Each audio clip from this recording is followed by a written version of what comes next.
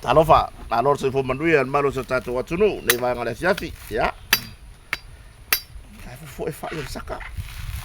O a popo pua. E le fa di fuor saka. O lai fai le mole sikiu e reki. Ya.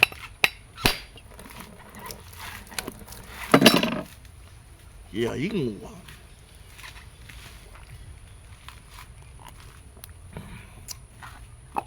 Uma sua popo i se furunga uinua. On makua ma ngai o le kua inga vai. Le kua inga tiu so ko loki.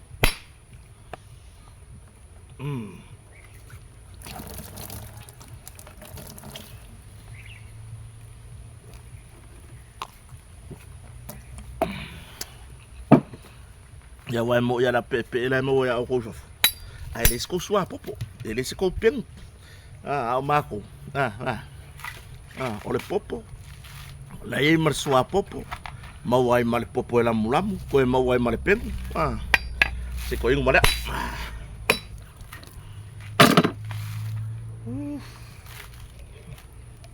Sa o arka ngal popo e kasia.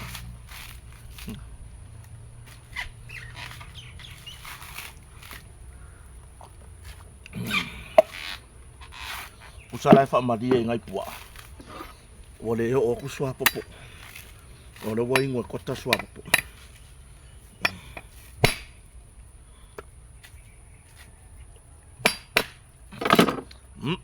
Alia.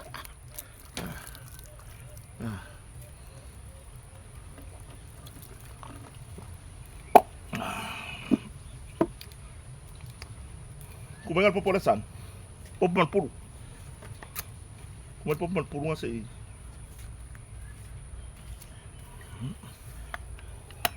Kawang ay mo nga popo.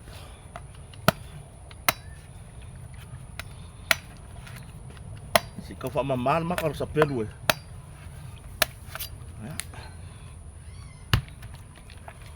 E pule ala ka ika porar ko inga inga popo ai. Pe ai fa apea. Pe sabi.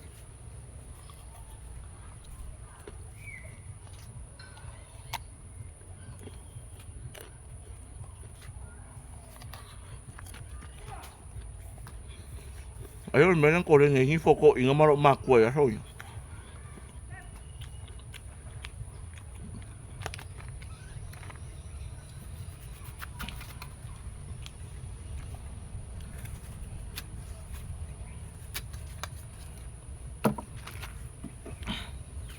Ya. Sari popo am ka karkango.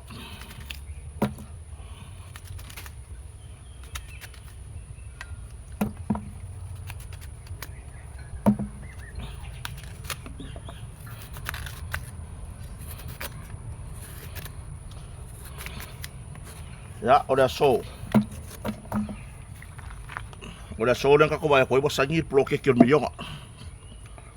Ya, ole vi iar so fo le tua. Ya, i fatu la nga fo ia malo. Yo, ile fionga le par mia. Ya, male tai ingo tato fa nga malo. Le abu kapisa ya le sangi. Le sangi. Ni som ta pura msino ngala so ya le pala awai ni si sa fa pe ona mo li e fo la fa sai no laisa. Il tau sanga te nei yo fa inga tanga ngo malo.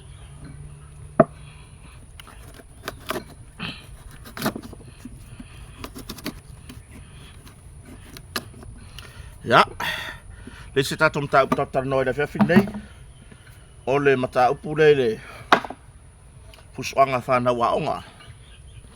Le sa fa pe ona fai mai le no fuanga o pasifo ia i sablaro.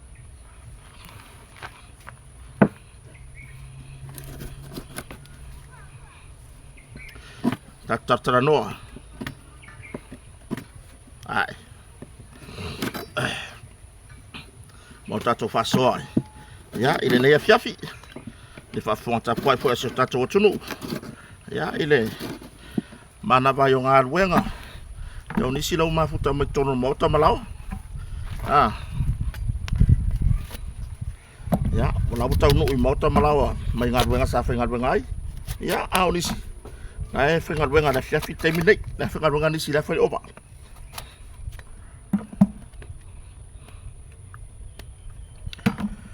wa mafai ona wina tu tata no nga ne fia ma tatu tata no nga umala ono lang me tatu company lang le motonga I funga yo ya au onanga ese o le so ho ile na ngola ko ye ile motonga tongi se tasio fatau na fai mai America yo ya ese foi de fai ngol ole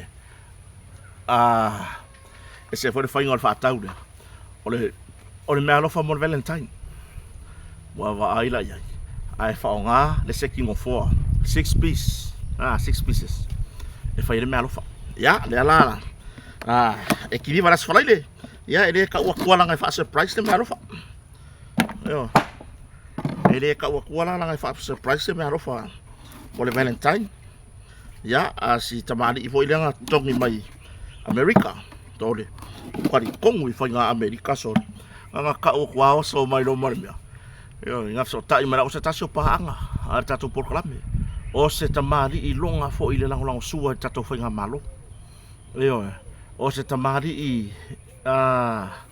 fo inge tausi ainga tausi lo nu tausi ya le tulanga I lona ainga lo matai ai ile motere sala fai ya le ala wo mai on tongi lana sekino 4 ono no 4 ile motonga ya male kiriva yo ko ya lang kiriva la sorry ya fa ko ro fo la sorry le po ye ngale wo ma ko ngi moku mai ang ngire me ya I mase ava non tua pega kusi si me ko ngi mase skai ya o tulanga na mo tulanga la vai ka kusi ki ngo forma ya o lo fanga solo pe on vai atu iri a ver fa la vele na tulai mai ya ile afi fo isa fai na ise vai ngai titi o tato warehouse ele o avena ma me polo kai tato ngal wengal motonga la bolo fanga solo ya mai ele ai mase mea o suia ele ai mase mea o ka ko ngal wenga o suia kalu le afi nga fa tama ia ile le fa se ele na tu o tato warehouse la vai run le ya me pe ya o el pe ya ese men kupu yo au na tato masini ya ngai fa ngal wenga aresi ka ko masingi ile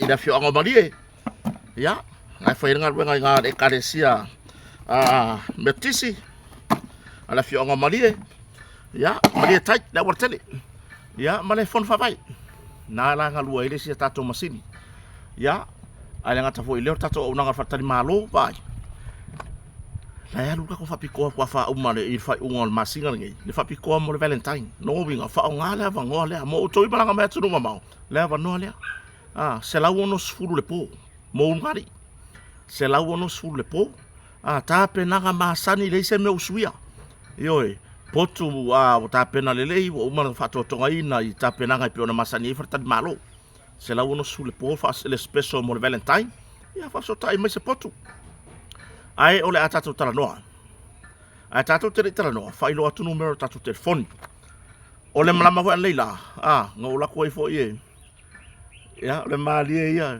me tato tanga tamlanga me tu ma se le lo me ko le moko ma ko I uma ko la fa nga o uniform ko yo mo do mai mu le si ai ngam langa me ni usila ya e fa singo ele moto nga yo fa tau mo tu langa va yesi ma le vai tamaringi ola se uka ngala uanga le la e ave ni usila ai wala to iloha o yo le vai sa salapa ma le vai tamaringi yo ya manai pe pala I te vai yesi ai o le vai na pito silion tenen ave vai sa salapa ma le vai tamaringi ya le alan fa tau le la tato motonga ya ave la fo mo ni usila ya ai ola tato fa so na tato fo inei fa so ne ba ngone fiafi ai una ngalo so ta il motonga numero le au nanga me fale ma masini lua fa o no fa po le tolu tasi valu lua fa o no fa po le tolu tasi valu au nanga fartali malo mawai ma vai fa natura lua fitu o tasi numero na fa so tai ya po lunga tato upeng tfailangi le Facebook Messenger le motonga furniture and upholstery ya po le tato motonga hotel ya pe te asiasi le tato website ya fa peona mo wai tau o loa fai me sau booking online peona masani ai ya ai mo molle nga fa aftai le fionga sala ya mar fartua ya fui mono ya tu sai foi mal lang sua po kala me kota mar faleo ya mai I samone Ole tato tanoanga. Ole a tato mua leo sainia ploketi ole miliona. Ewe, leo sainia ploketi ole miliona. Ya, e pei ona. So ploketi ngewo makwai. Lu ngala alo, ai fina ngalo isi. Leo saingi de kako ploketi. Kai kasi ke si marevalu. 1.8 million en totoe mai le tato paia inga taduai. Le paia inga le alo na se fulman fitu. Lea wa saini alo ia ida so. Iyo, ya ma watu i tato fon fa mai. Ya wa la tu langa le. Fa so soina. Mana tua.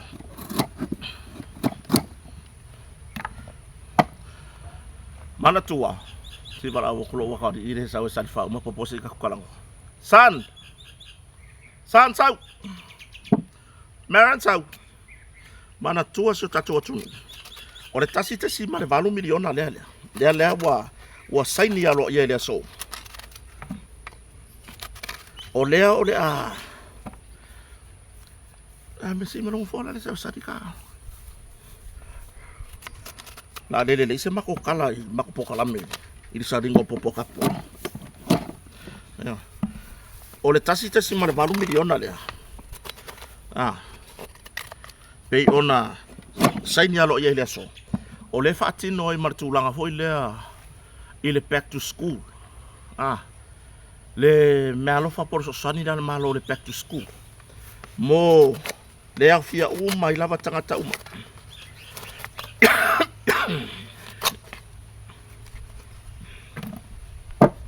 Yoi, le au fia uma i tangata uma.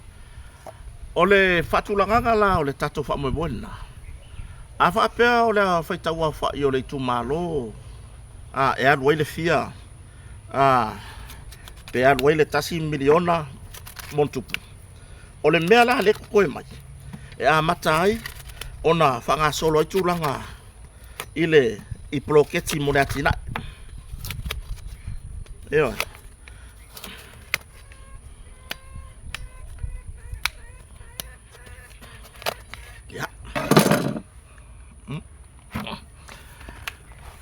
Tasi mare valu miliona le na saini. Mo i tu malo 50.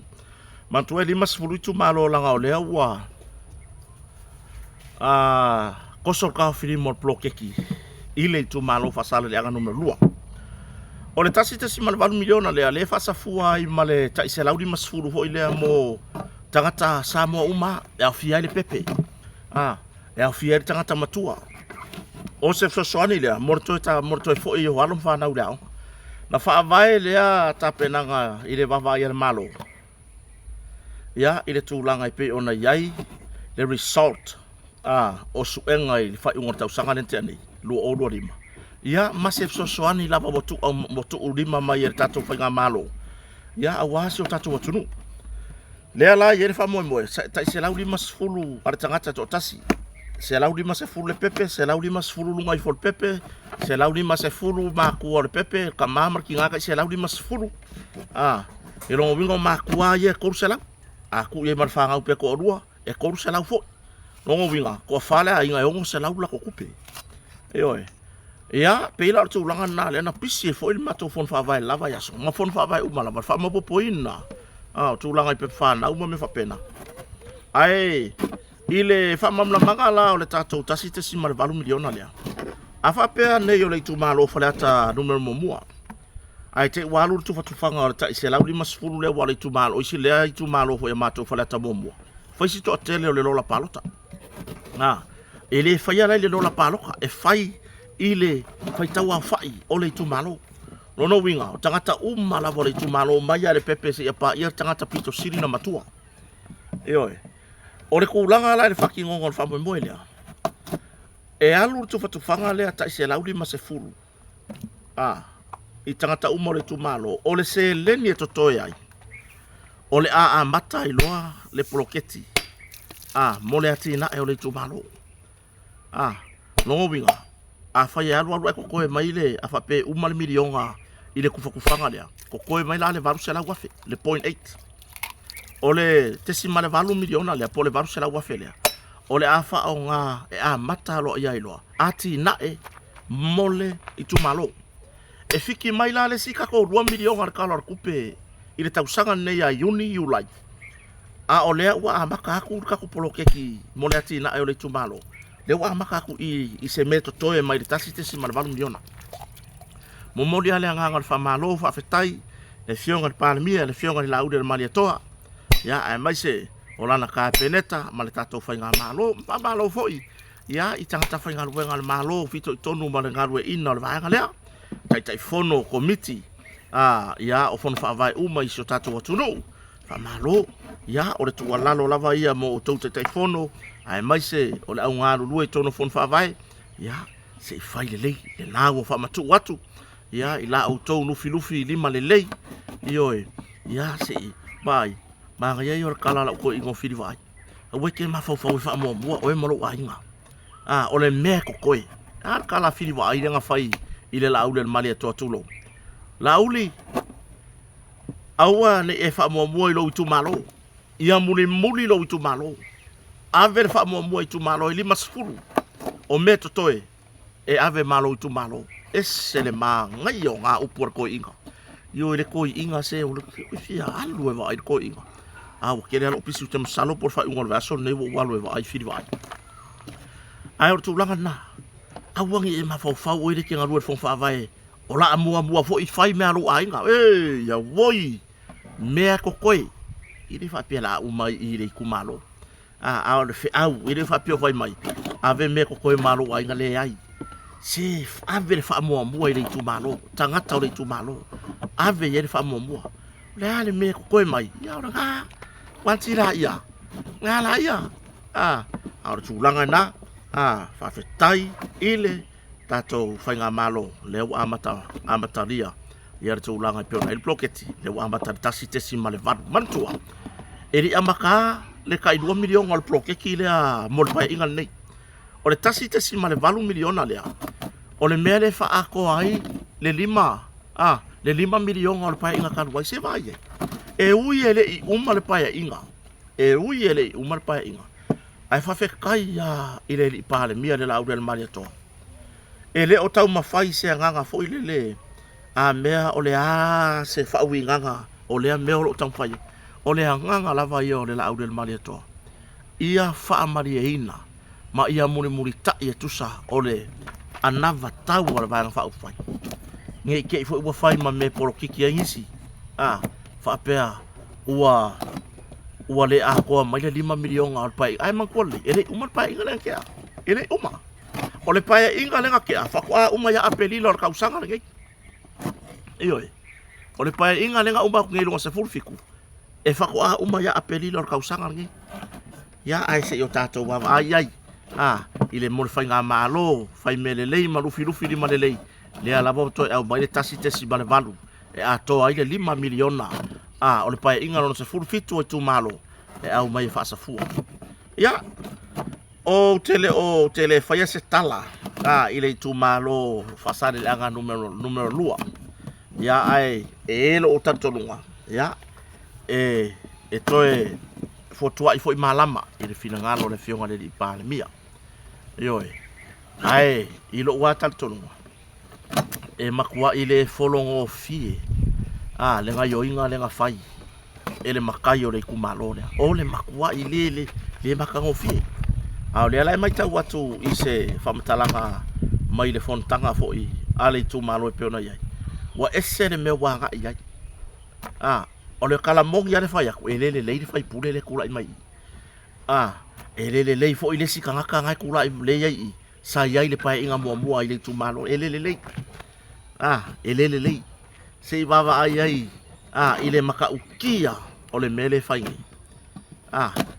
o le ala le matango fi o le saini o i tu malo e 5 ai nofo fasale le anga numero 2 o ilang ko kupe ko kifo ave mari kumalo o ingo kupe le ai so ia le ola fa maurulunga so ia le ola se olanga le fetawi so ia le ola ile olanga fo ilea ile ilo fa maulalo le loto yo o tu langa na ya e lo taltonunga ya ele o ia fo tu valea ile il fatto fala inga la fionga para mia mana ka penet ya ai awala le ala o mea e ai le ala o mea auangi i o kou fai me whaalongo fo i fai pule le kula i mai e o whaasara le angalua fai e o kou ia oi ngā fai pule nga ia ko kasi ala ka au fia ploke auangi i kou faua i le fai pule molonga mangaku ka kua ngai o mai fai se whalenga ma la fionga taita i o le malo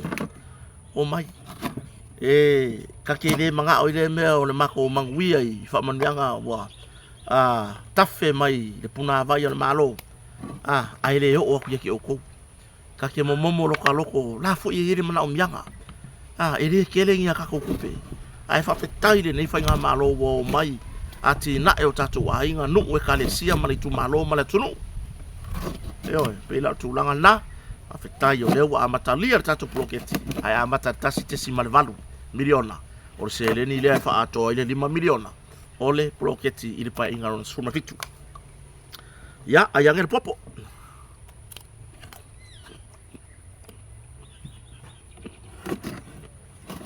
koe a fiso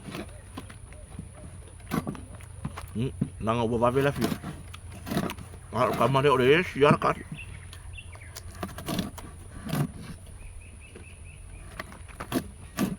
ia por falawa po falawa a lu kamare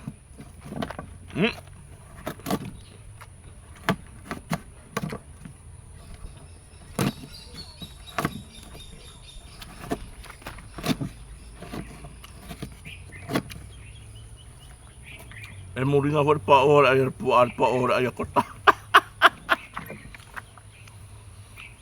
vamos toga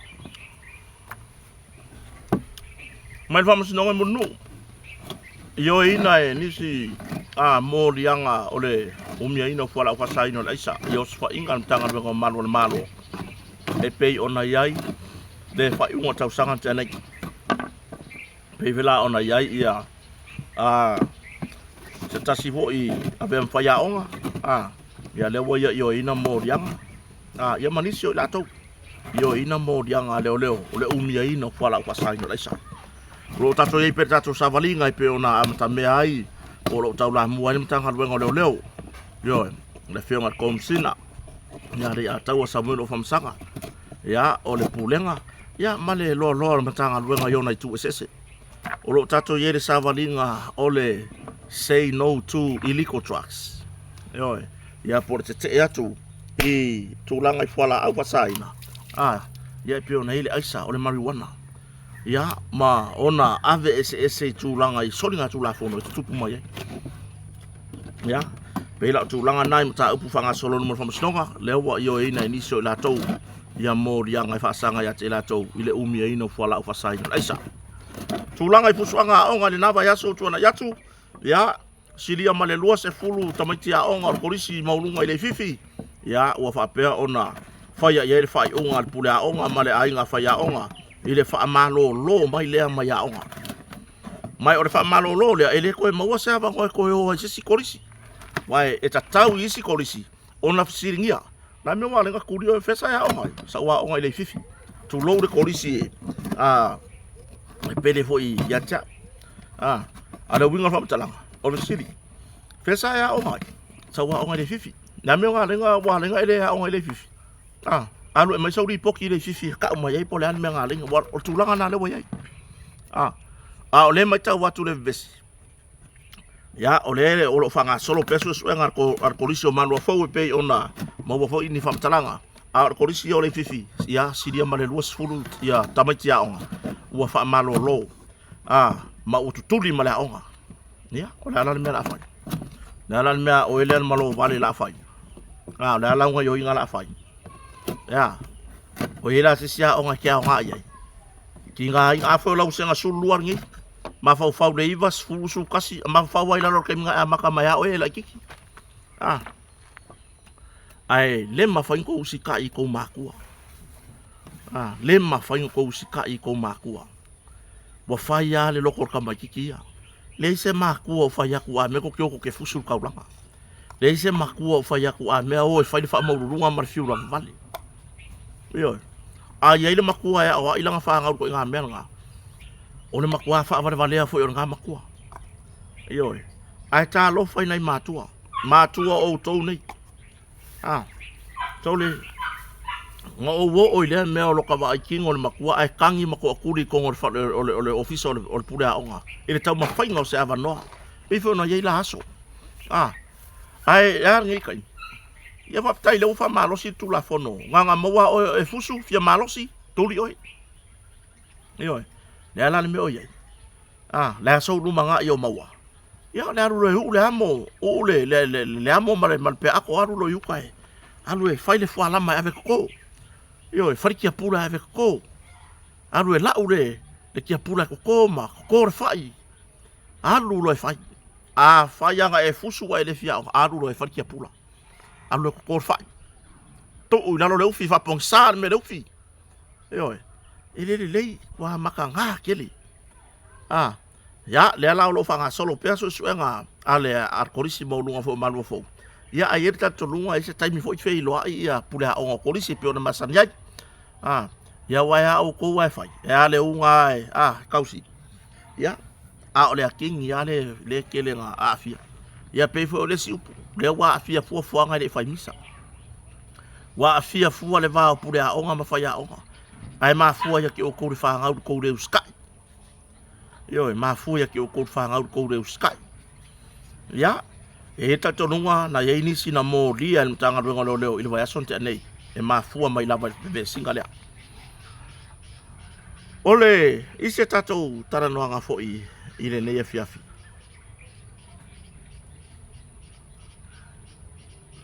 Ya. Tūlanga i pei ona ia ile tau o loa. Yo. Le tūlanga i pei ona ia le tau o loa. Ua. Ona me whaila wala. Aia kasi se wharo loa ngā whesile le ngus pepale. Au le alura kau whale anga le iei, makau kia. Ioi. Le fuwa mai le tau whatontonu o loa al malo. Muni muri ta iei. Au le fuwa whale anga mai. Au le fuwa whai mai le whale anga. O le ala le mea la whai. O le ala le mea la whai ngai. Le lopo le harko me maua ngā mea. Le lopo le harko me maua. Kia fo. E loa ai ko winga ri, ai rongo ko ke usikai o ko mākua. O ko ia kuskusia mea i. Ai o fau kuange ngai o ko mākua ia ke o kou. Se fai whare rei ko ngā ruenga. Ngā upo kuri o ko le fionga le ipale mia karukaru ai. Fai le ngā ruenga. E fau tua nei mātua langa o ngā ruenga i o leo lai. O le fai la wartau whaleanga. Fai la wartau whaleanga. Whaftai au i le mālo le ua mare tau whatontonu o loa. E einisi o loa. I le tau whatontonu. Ua me i lai titi ai lunga. A einisi o loa. E sau le ple le pepa o tau whatontonu o loa le mālo. Ua maua lunga le tau o wharo loa. Ai maua lalo ia. Ia le tau le amai le mālo. E einisi o loa e sau. Ua maua lunga le tau le ua maua lalo le tau le whatau e wharoloa. O lona tau sao le ua mai i le pepa le malo. Ia whetuna i ai. Whetuna i ale au whai o loa ia mana au whai pisinisi. Langa i le mea ka u e le au whai pisinisi. O le o loa le sao sawa. E ngake kuria mai le profiki o le o loa le silo. O le o loa le silo. O le afa akau se kau ho inga le kusa le se pe e akangi le se profiki o mo wai. E mana mai la ka ikangi ngoka bolewa fo ngoka fa inga wenga ia me o sales ma me o marketing a kampangi o loa. O le winga ngala kala. E fa pe ngale o langa mo fa pisingisi fa ko loa. Fa yor sai mingi le sao sawa. O le kausa o sai mingi e valsu sengi. E ma fa inga ave sai mingi ngar kala. E tuli mai na sai mingi nga. Le polo fiki o le o loa lea. Le o loa lea. Le ala fa ka we le se profiki o maua mai ai o ngolea le fa kumu mer sai mingi le sa sa le aru awa aka ku ua le lusu senge ngai lunga i se kala fa kai e le lor kai me umai e le lor kai me alu e fa pe nga le ai kia la fa yolo o le oloa sa sa e ka ku le ya ku profiki e fa sa sa mai o ai alu le oloa le silo e alu le se profiki alu a foi ngale le pa u ke le lalo pe nga se o le meo le common wow fare me fa nga ya wai lem fa ngai lo o ko ia le o kuskusi ka fa le ngale la ngai vai o ko ia ngal me ka kuskalan ko wa onga ko kiri ya onga mo me makaka isi so lalang ko kiri ya onga me foi la ngai fa kang ko mala mala mai me ka sales and marketing mala me running o me ka pising isi me fa penga e ku kusale running o pising skai pe ya wa fa yo ke lo wasi lo le a boka du male o nga wakele le a boka o ke kangola fa ka ki ya ida boka fo ngale i alu o le ngau ko ngai kia i alu ai su e aku e ka wala ko malu le polo fiki o la a boka su e aku e ka wa usa salapa le polo fiki mo le a boka yo e umangela boka udia umambea e mai ka ki fa palinga ko le mea lai makwa i palengi se kweli ka akia le polo fiki ka akia me uma ile nga fa lo lo fa ka wai pi supo mai lengi ma no vai moa e ma wai ko nga me lo le fa ngombe yo o le fa ko fa la inga ni ai se le me nga fa ko vai ola mo mo o foi e ola i me uma le lalo langi fa ko ha wai le fa ma opo se me se kasi ya ole tapenanga o tato fa nga palota tapenanga o tato fa nga palota o talnoa wi nai tu malo ya tu malo yo vai singano ma safata no mo safata no mo la palo tai ai nga mo lo tinai tu ai lo tfanga safata o sho mato ai nga lo tfanga safata ya au ka koilo me fa o fele café ko manguia o café mai se vai fa fai be ai ka koi foi lango sui o fa fai le tu la il malo kai mini oi foi pa lo ka fa to le tu sa mo tas yo muria i ko ka mi lo foi ka ko pasi nga fai ka kala ai ole au mar fa mo ia pa lo ka ile ka ko vai nga fa to le tu sa mo tas oi foi la lango fa nga malo le tu la mai ina ia fa pe ona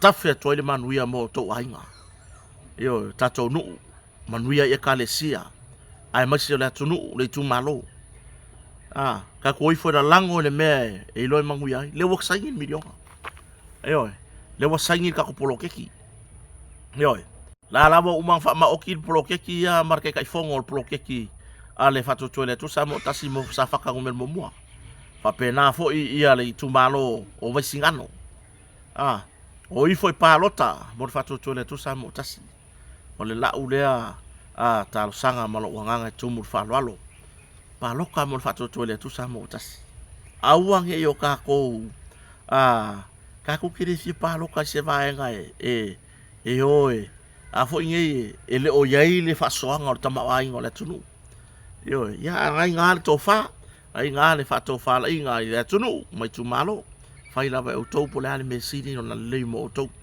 ai o la o tatalo malo o tantonua ele aya se le fia o ku vai de malo le wa nei le fa to le to samo tasi ai wa le tele o fa mon yanga yo for mai yo se vai le melenga ye fo yang le lai far kupe o ka le komu sai le ofi ono le o le ngata wa mena i mo na ta mama tina ma tu na tala le fa mon yang al pension ai al melo boy kala ka maku ku al pension ko e kala mai la ko e man o tu ma so fu ai wa tai tolu se la al tanga te totas fa pela le so fu mai matua e pension to ina pension lo tua onno se la le tu pele na ainga oi onno se la tu pele na ainga ya awongi so fa yang ai ko inga mangai lo maku ku vai la ko pension ai ave fa mo yo la to mana onga ai le vivo fo le pension ai fo fa yele me ke ma oi o ele kausia ko inga male lo makua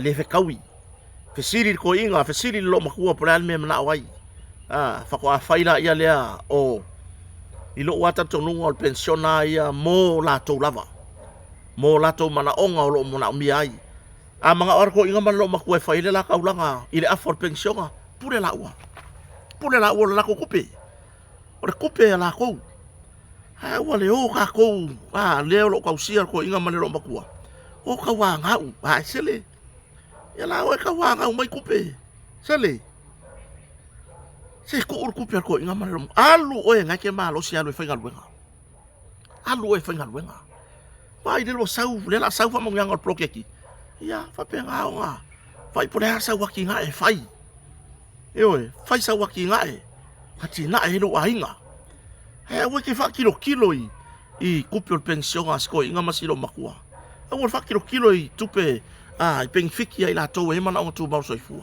le tu walalo sa uni alu vai por esa polokete fai tato forfolanga le malo le wa mata na tala mai tua ya vai se mele e u de kala mai kua mai ma ko fa kau i afi fa kau mo vao a fio la le polokeki le lapa inga uma ola le fau le mo vao fa kau ki ai no le makeki fau le i afi fa kau ki ai no le makeki so ye ko ki ola le anga pa ku me aki nga inga e ko fa kau mo mare kupe so le ai a me ase ikuru makiva ya o ele ke fa ya le mele a o bi for fie ingo le fangpia a o bi for fie ula le aisa ma me o le alu e fa kau me ko kingo nga mai polokeki ele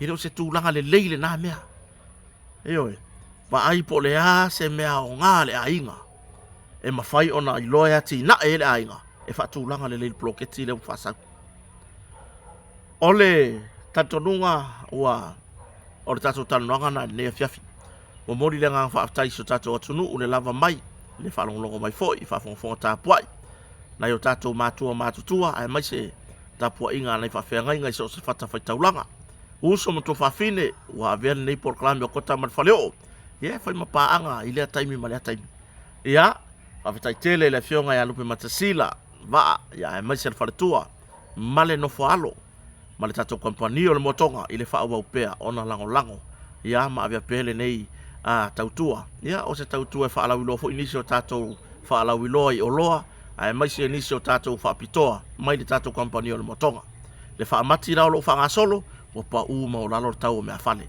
le Valentine special la fa nga solo mo le tato fartani malo e sa ili fo yeso potu ya pete malanga mai atunu mamau le o pa u ma o la lo le motonga o le tato por kalame le nai ne fiafi fa fa tele tsunga ya mase mo tu fa ta single ne por kalame lunga o le tato precise ia pe ona maua i lunga le YouTube ia manisio fola fa salalau a leile atua i le fai ungo le ne yaso le mamalo so tato tunu alo fa tele atu manu ia le fiafi fa so voia